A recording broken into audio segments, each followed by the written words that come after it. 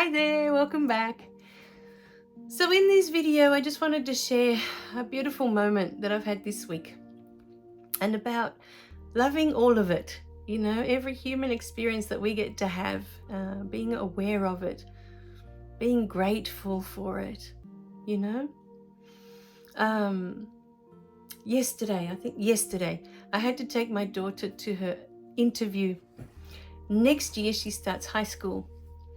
And they wanted to interview her just to get a feel for her, for the things she likes, the things she doesn't like from school, kind of find taking notes, But while we were sitting outside in the foyer, in the reception area, I'm sitting there and I'm looking at her, and she's almost the same height as me. So now we're actually eye to eye, when we're looking at each other. And I'm looking at how grown up she is. And in that moment, I'm taken back to her first days at preschool, where she would always be crying because she didn't want to be separate from me. Always. And so little, remembering how little she was, and her little hands wrapped around mine, and then she'd just wrap around me with her arms because she didn't want me to go. I was remembering those days as I'm sitting there.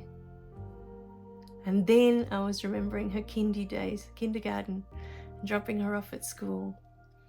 And here was different. She knew the school. She knew a lot of the children that were going to the school. She had a best friend in her classroom. So she was so happy to go to school. And she had a wonderful teacher the first year. And just remembering her happy face, still little, still tiny little thing, still waving with her tiny little hand. And, I'm looking at her and seeing her, remembering those days when she was so little. And then I look again and, I see her so grown up, starting high school next year. And in that moment, the tears started rolling down my cheeks. And, she looks over to me like, oh, now what? Because I cry about everything, I'm hopeless. Everything makes me cry. If it's a flower that looks beautiful, I start to cry. If it's sometimes my dogs, I get overwhelmed when they look at me, and I just feel the love pouring in, and I start to cry. And so there I am with tears rolling down my cheeks, and she's looking at me like, now what? We're about to walk in here and you're crying. Why are you crying? And in that moment she said, are you all right? And I said, yeah, I'm good, and I wiped it away. But in that moment, I just had so much gratitude for this life that I got to have her so little, that little thing crying, going to preschool. And at the time for me, it was the most heartbreaking thing. I hated dropping her off to preschool because she was always crying. She never wanted to be separate, And I used to think she was so little, too little to be leaving her there. But I did it, And, then remembering back to the days when she was a baby, and because she was the firstborn, she ended up being the only one that we ended up having. Every time she'd cry, I'd be like, oh, anxious, running around crazy, trying to control, so she cried minimal, I didn't like her crying. And so I would panic, and get all upset that she was crying. How do I fix this? Is it the nappy? Is it food? What is it? What does she need?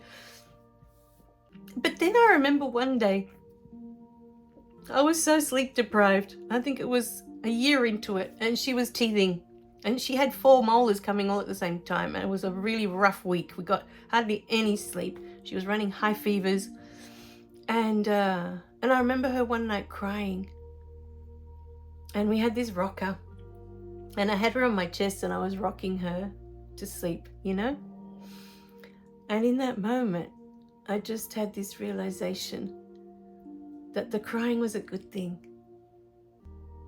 because not only is it the way the babies communicate to us that they need something, it's just the only way they can say, hey, I need something, they just do it through crying.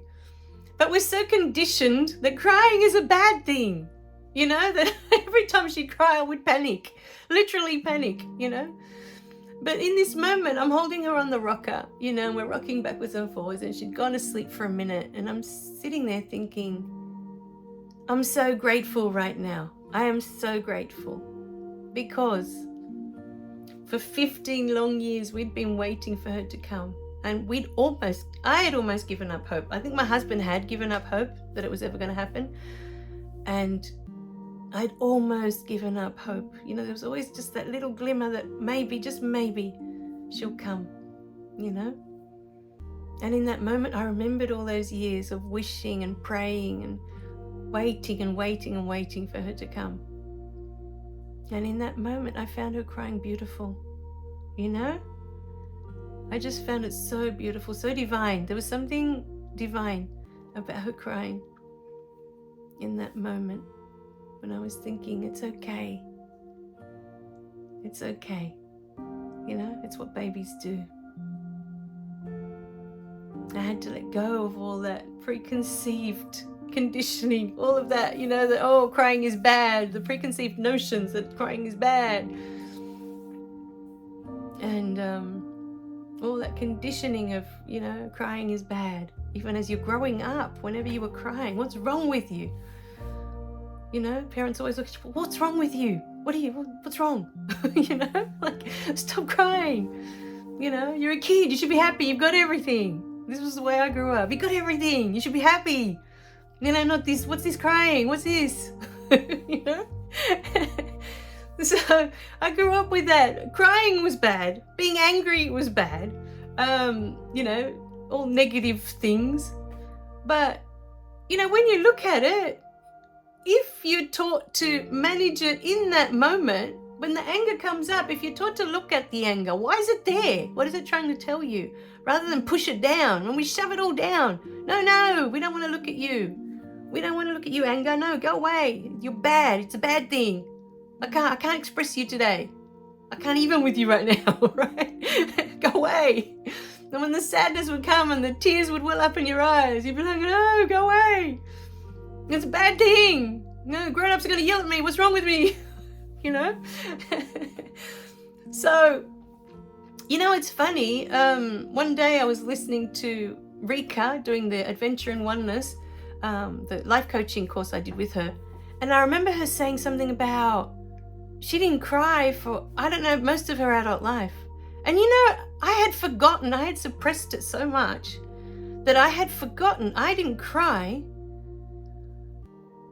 until I was in my first depression. I think I was 23, and when I started crying, I didn't stop for a year and a half. Seriously. I don't know how I functioned that year because I was still doing uni, I was still doing all these other things.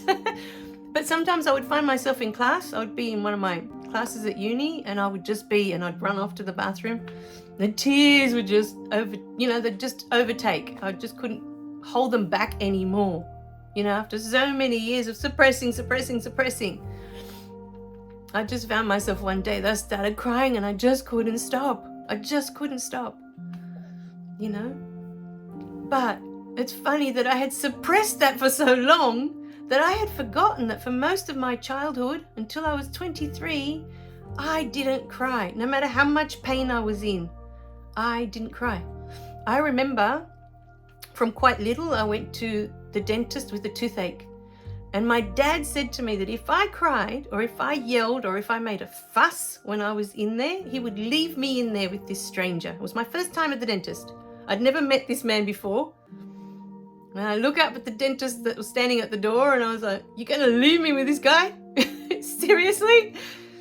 But that's what he said to me. So from that moment on, even before that,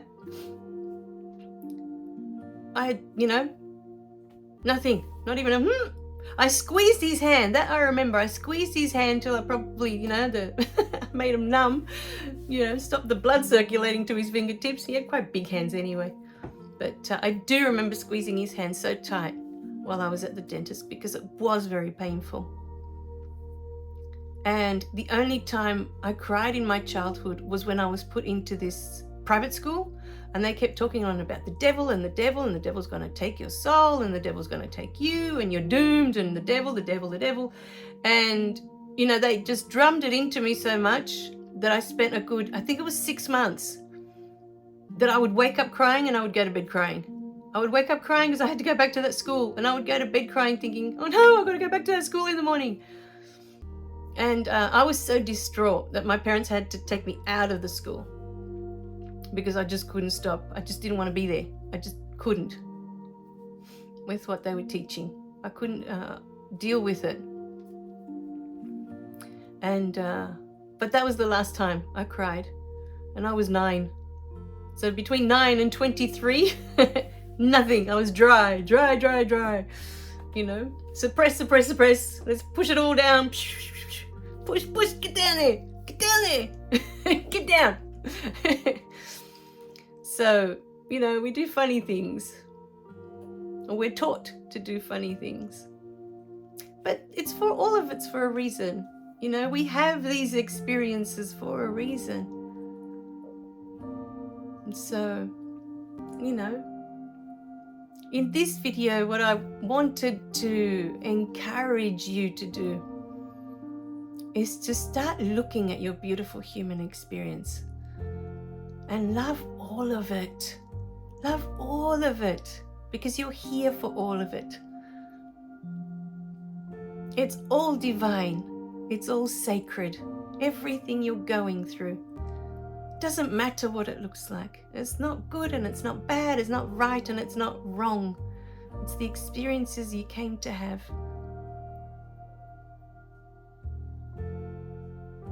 So I'd be interested to know, you know, what kind of things were you taught as a child? Did you have to suppress the crying and the anger? Were you taught that it's weak to show your feelings, you know? Because I always thought it was you showed strength when you didn't cry, or you didn't show fear, or you didn't show any emotions. It was to be strong.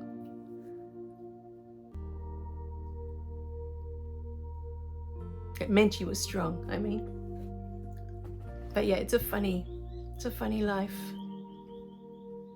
But it's all beautiful, you know, when you look back on it and you realize the trajectory, you know, what you've experienced, what you were meant to gain from each beautiful experience. In some, you're meant to gain compassion for your parents, compassion for your siblings, compassion for yourself, love for yourself, for everything you've been through, for every rejection, for every time you weren't allowed to express who you are. Love for all of it, because you came to have that experience. All right, my darlings, I love you guys. Remember to click like and subscribe so you don't miss any of the messages, and I'll see you in the next video, okay? Bye for now.